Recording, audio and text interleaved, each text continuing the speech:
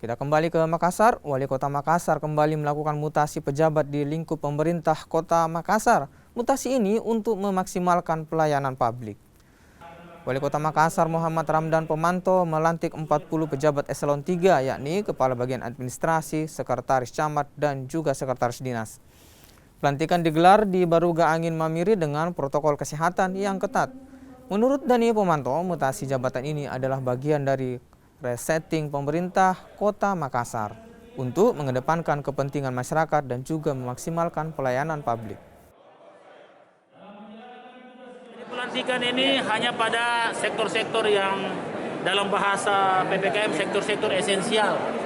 Artinya seperti di Sekcam yang kosong, kemudian di Dinas Sosial, ya, di Kesbangpol, kemudian Dinas Kesehatan belum semua juga.